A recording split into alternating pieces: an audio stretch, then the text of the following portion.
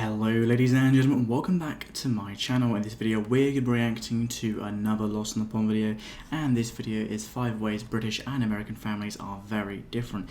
Now I'm sure there's many different reasons and I'm quite intrigued to see what they are. But before we get into the video I have to quickly state that 98% of you guys who are currently watching my content are not subscribed. So it would mean the absolute world to me guys if you hit that subscribe button, stick around and see what content there is. And yeah, that would mean a lot. But without further ado, let's get it in with this reaction. Whoa, back up the truck, right? America has a bigger population, it has more households in general, so this makes sense. Hello, I'm Lawrence and I'm on a quest to uncover all of the memos that Britain and America lost in the pond, and one of those memos pertains to family. You know, there's an old saying in the English language, families, you can't live with them, and there are studies to back me up on that. But as I discussed recently with patrons on my secret stream, there are various nuanced differences between how family life plays out in Britain and America. And as I said to my patrons last Friday, I've experienced the best and the worst of both sides of the coin. And so today, at the risk of alienating everyone in my families, I'm going to lay out some of my observations. Here are 5 ways that British and American families are very different. Let's go. I'm not sure if it's because I'd already seen the extra large size of America's roads and cars and land and grocery stores and everything, but my initial impression was that American family sizes were bigger than those of Britain. And, you know, if you don't believe me, watch the 1990 documentary Home Alone. It just felt like my wife's relatives were coming from all angles, you know, not in attack formation, it's not the 18th century, but their great numbers instilled in me this kind of belief that American households were on average made up of more people than your British equivalents. But was there any truth to this matter? It's not that British families don't have multiple children. I myself have 2 siblings. Well, it turns out there is no ignoring the facts. Over the last 10 years, the average number of person per UK household was between 2.3 and 2.4. In that same time period, How can you have point of a person? the average number of people in an American household has roughly floated between 2.5 and 2.6 people. So that means that on average, American households have about 1/5 of a person more than British households, which is about the size of a leg. What's going on, America? Well, one thing that I've noticed that might accommodate this slight increase in family size is the relatively large size of American houses, which, as I pointed out in a video 2 years ago, are just bigger, which, you know, might account for They are massive. The snowflake.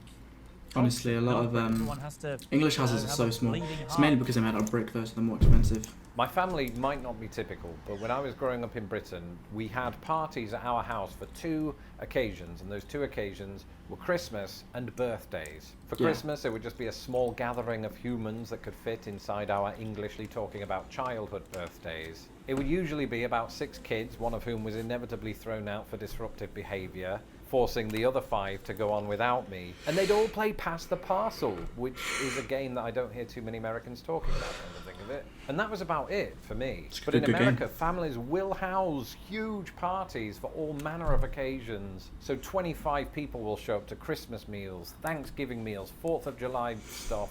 That's way too many people. Graduation open house parties. I did 3 of those in my first year, and I still don't know who those people are. And the one that really stands out for me personally is the welcome party that I was given. When I came to Indiana in 2007, I was just visiting, you know, and I thought I'll meet the mum and the dad for the 2nd time, I'll meet the brother and sister, maybe pet a dog or 2. No, I got the whole works, as they say. There were aunts and uncles and granddads and grandmothers and cousins of cousins. And I know what you're thinking. It's a little intimidating, isn't it, really? Oh, Lawrence, you're an introvert. That must have been hell. But here's the thing. One of the most challenging things about being an introvert is initiating the conversation. And because I couldn't get a word in edgeways, I didn't have to go through that. So everyone's a winner. A moment ago, I touched upon graduation open house parties. What I didn't mention is that we do have graduation parties in the UK. It's just that the word graduation usually refers only to the commencement of university / college. Whereas in America, it seems like families will hold a graduation party for various levels of the educational pyramid. So I've celebrated everything from a distant cousin's graduation from elementary school all the way through to university. And it's all... Why? Nothing's important up until to us GCSEs, which is before A levels, so before college, I don't know what college is in America. I don't know, because for us it goes either sixth form college and then university. Like, no, A levels are important, but university, you don't really need university at all for anything, unless you want to go to a specific job, because most jobs, if you want to work your way up, they pay for you to get taught, learning material, whatever. But yeah. Well, good. We don't celebrate a car not really. with some money in it, even though you needed that yourself. And presumably they put it toward their first car, not the elementary kids. All the high school kids come to that. I don't know what they spend it on. All this to say that American families place a great deal of emphasis on the educational excellence of their kids. Now, I'm not saying this doesn't happen in Britain. Of course it does. I just think the idea of pushing their kids to excel academically is, generally speaking, more prominent in the United States. This doesn't just apply to grades, it's things like extracurricular activities. It seems like it's a really big thing here for kids to be on a sports team, or to be in band, or to do, what was it called? Yes, colour guard. That's where you throw the sticks and the flags in the air and you catch them in ways that I can't even comprehend. And American families are super supportive of this. Many of them will go and watch their kids perform, and I've even been to a few myself. And what can you say at the end of such an event? Ooh, your flag throwing skills were really impressive, presumably. I don't know the rules. The point is, whether we're talking about football or marching band or honour society, it seems to me that a kid's extracurricular activities play a larger role in the dynamics of an American family as opposed to a British one. I sort of hate this bit because I don't have any data to back it up. It's just all feeling. So instead, let's talk about something for which I do have. Yeah, I had quite a few extracurricular activities that I used to do as a child. Growing up, I had quite a few, but I never really stuck with them. I don't know. I don't think it's much of an importance. I know loads of people that never had any. I think a lot of people don't have any, but again, I'm not quite sure. Have some numbers. I think most children tried one at some point, but not like it's to be celebrated. It's more like, does a kid want to do it?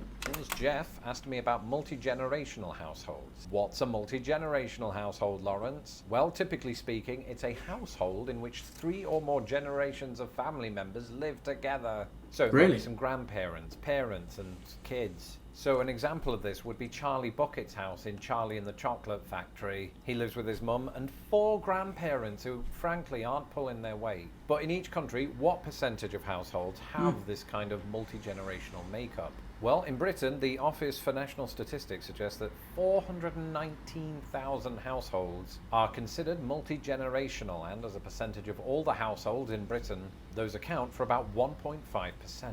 In America, it's about 4 million households, but whoa, back up the truck, right? America has a bigger population, it has more households in general, so this makes sense. But even when you do account for that differential, 4 million households is nonetheless 3.2% of all American households. So the answer to your question, Jeff, is that it appears that American households are twice as likely to be multi-generational. What do we learn from that? I don't know, but it's an interesting fact. It is. And then there's the terminology, the titles that we use to describe a particular family member. And I don't just mean the word plonker. No, I'm talking about the American mom versus the British mum, or pops versus my old man. Whereas both Britain and America might refer to their younger sibling as younger brother or younger sister, Americans might occasionally refer to that person as their kid brother or kid sister. In Britain, as with the US, you might hear your parent's parental figure be described as granddad, grandfather, or grandpa. But one word that I heard in the Midwest, and I gather is used in the South, is PAPAW, or variants on that theme. What on earth? Similarly, that sounds very weird. in the UK, while we might refer to our parents' maternal figure as grandma, grandmother, Nan. Nana, Nan. In the US, you've got 1 or 2 other phrases. You've got Grammy, like the award. You've got Grandma, Grandmom, Grams, and presumably in cahoots with PAPAW, you have Mamaw. And that is it for this episode. Let me know in the comments below if your family has its own quirks. I'm Lawrence Brown. You can follow me on Twitter at LostInThePondUS. Jesus. I live with my nan, so I'm in the 1.5%, I think. Let's get in there. I just call them my nan. Nothing else. Just Nan, Mum, Dad. It's a lot of words, isn't there? There's a lot of different words, you know. But yeah, very interesting, all the little differences. Yeah. If you enjoyed this video, don't forget to leave a like and a comment down below. If you'd like me to react to anything else, put it in the comment section down below and I'm sure I'll check it out. And I hope you're having a great and splendid day, and I'll see you guys in the next video. Bye.